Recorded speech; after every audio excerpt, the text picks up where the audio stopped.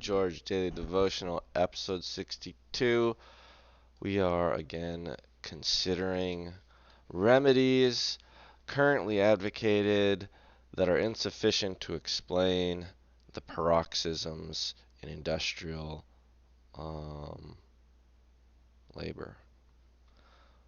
Why is there a boom and bust cycle? And George says the people who say it is from cooperation are wrong.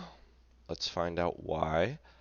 What do we think in this case cooperation means? In the last section, he said from the combinations of workmen, which I thought was something like division of labor, improved means of cooperation, and it turned out that what he meant there was unions. I was a little late to figure that out. Perhaps this chapter is about better, or it's no, maybe it's our modern idea of a co-op where it's the laborer's own share in the ownership of the company. I know I have some friends who are Georgists who they think another major issue causing injustice in society is that we allow corporations to be formed and act as legal entities. They are granted legal status. You can get paid by a corporation or sued by a corporation, or you can sue a corporation, or a corporation can be liable.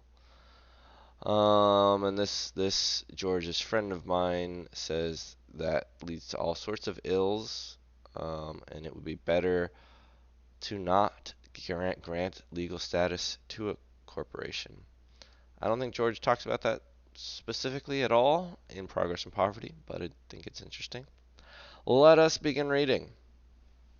George writes, "It is now and has been for some time the fashion to preach cooperation as the sovereign remedy for the grievances of the working class. But unfortunately for the efficacy of cooperation as a remedy for social evils, these evils, as we have seen, do not arise from any conflict between labor and capital. And if cooperation were universal, it could not raise wages or relieve poverty. This is readily seen." Again, capital does not include land. If you haven't been around George long, that's an important point. Cooperation is of two kinds: cooperation in supply and cooperation in production. Now, cooperation, I feel like my mic might be a little fuzzy. Now, yeah, it's old. Now, cooperation in supply, let it go as far as it may in excluding middlemen, only reduces the cost of exchanges. It is simply a device to save labor and eliminate risk, and its effect upon distribution can be only that of the improvements and inventions which have in modern times so wonderfully cheapened and facilitate exchanges, viz. To increase rent. Well, it's been a little while since we saw viz. Remember, that means for example. And cooperation in production is simply a reversion to that form of wages which still prevails in the whaling service. Okay, we got an example. And is there termed a lay. Alright, I think we'll learn more about this. It is the substitution of proportionate wages for fixed wages. That's right. Everyone shares a piece of the whale when they catch one. It is a substitution of proportionate wages for fixed wages, a substitution of which there are occasional instances in almost all employments, or if the management is left to the workman and the capitalist but takes his portion of the net produce, it is simply the system that has prevailed to a large extent in European agriculture since the days of the Roman Empire. The colonial or métayer system. I don't remember this métayer system. Apparently, It is one that cultivates land for a share of its yield, usually receiving stocks, tools, and seed from the landlord. A sharecropper, perhaps. There's no difference, but yes, over here it says it's a kind of sharecropping. All that is claimed for cooperation in production is that it makes the workman more active and industrious, in other words, that it increases the efficiency of labor. Thus, its effect is in the same direction as the steam engine, the cotton gin, the reaping machine, in short, all the things in which material progress consists, and it can produce only the same result, viz., the increase of rent. Oh, we're getting viz everywhere. Um, I will say that I'm pretty sure either here in Progress and Poverty or somewhere else, uh, George does think that in a society that is Georgist, that most forms of labor would be in co-ops. Um,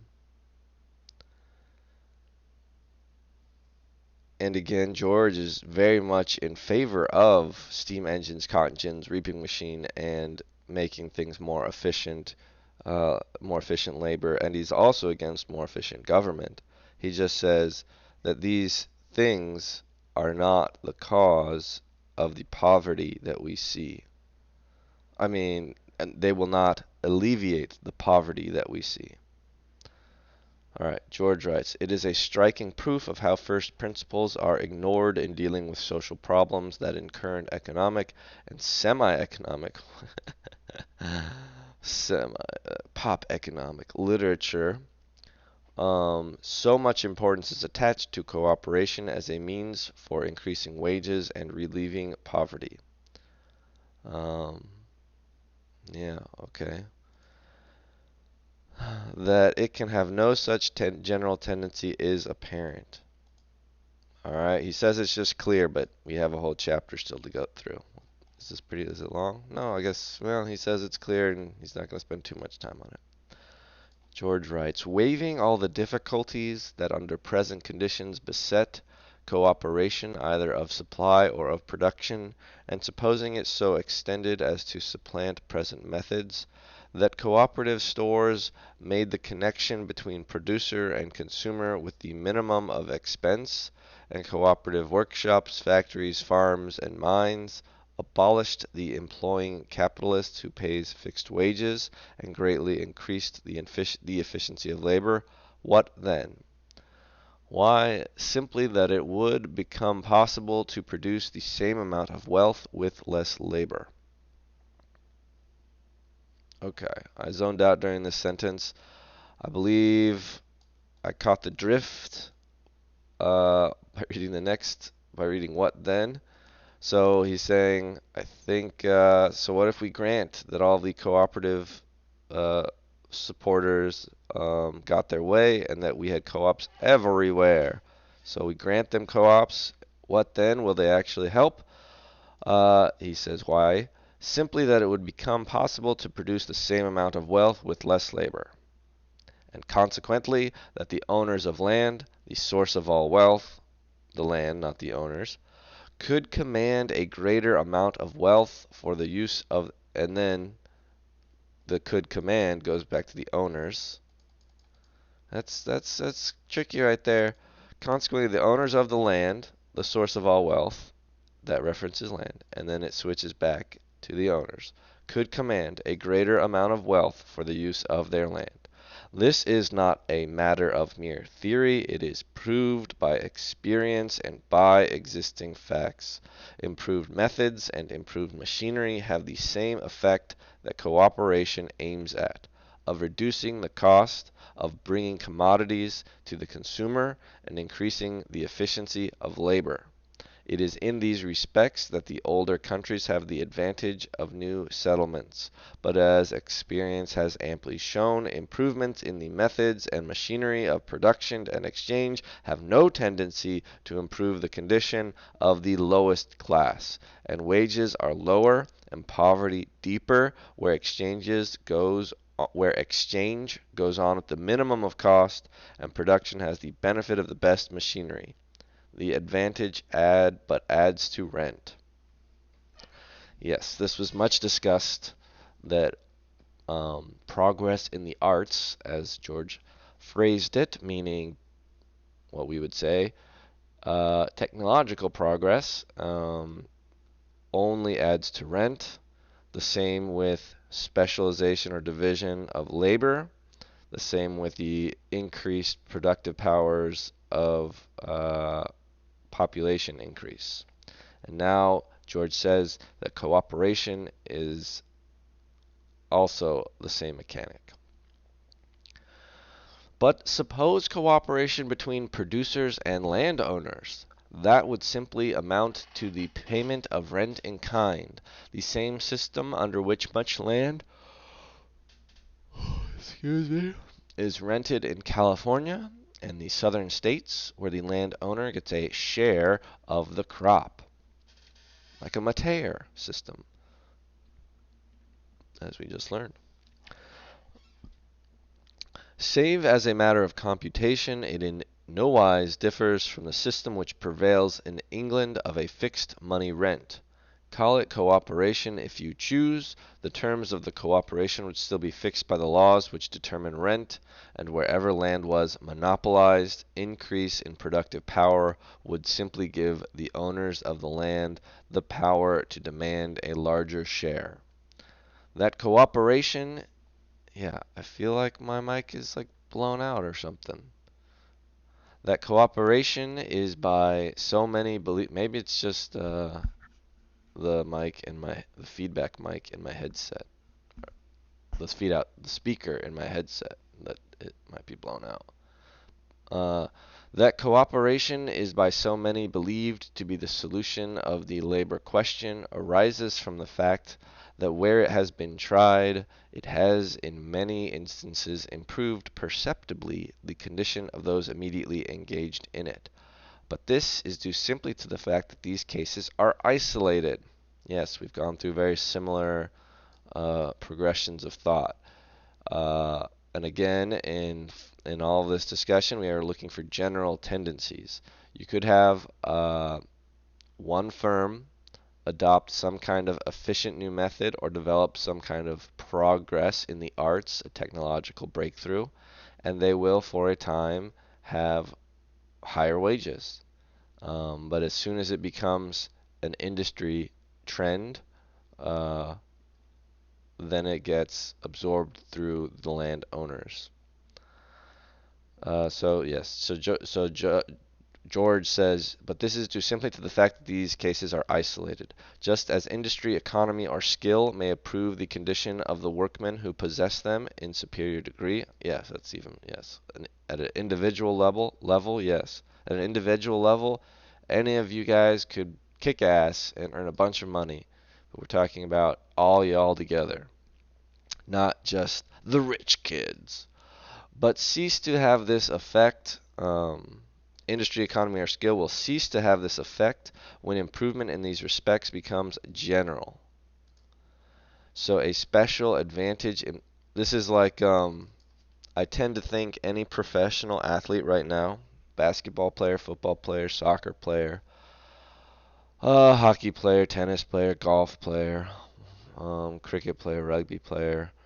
How many sports could I list? Who knows? The weightlifters, even chess players, StarCraft, Brood War players.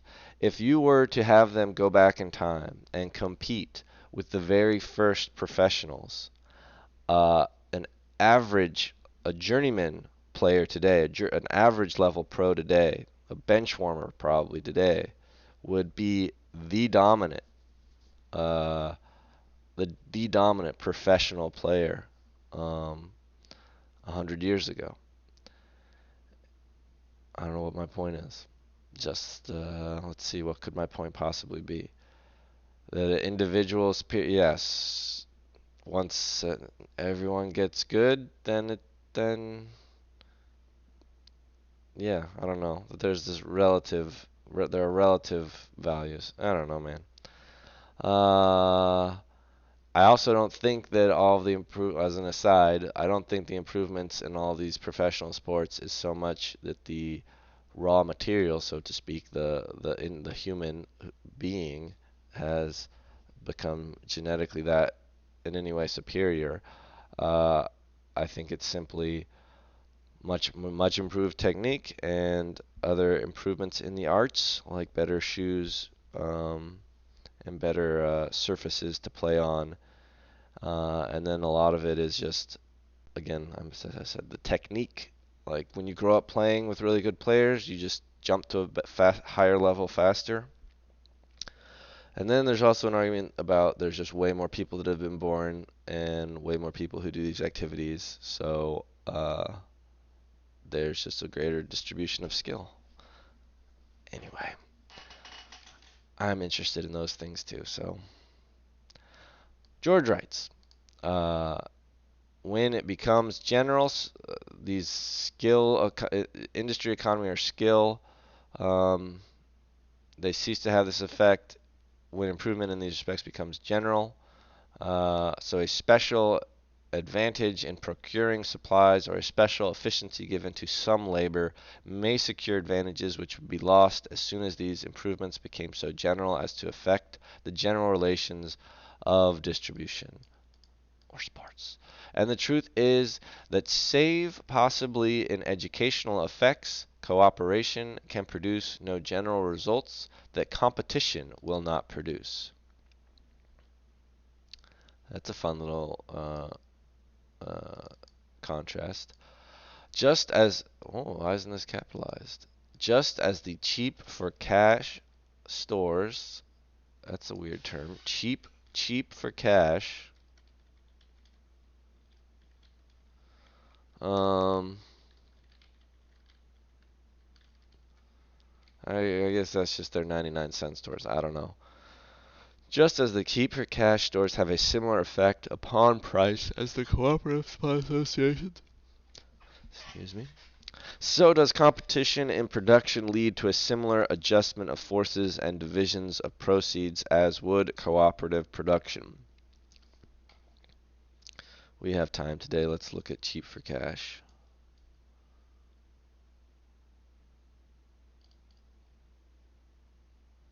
Alright, I'm giving up. That increasing productive power does not add to the reward of labor is not because of competition, but because competition is one-sided.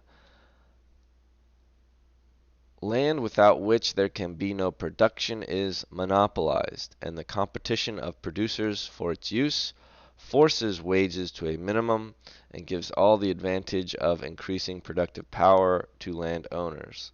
Here when he's saying of producers, those are he's referencing laborers or people who want to work that land. Those are the ones who are competing for its use, and then the landowners suck it all up in higher rents and increased land values.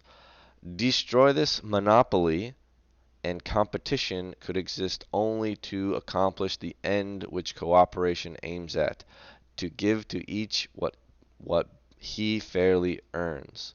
Destroy this monopoly, and industry must become the cooperation of equals.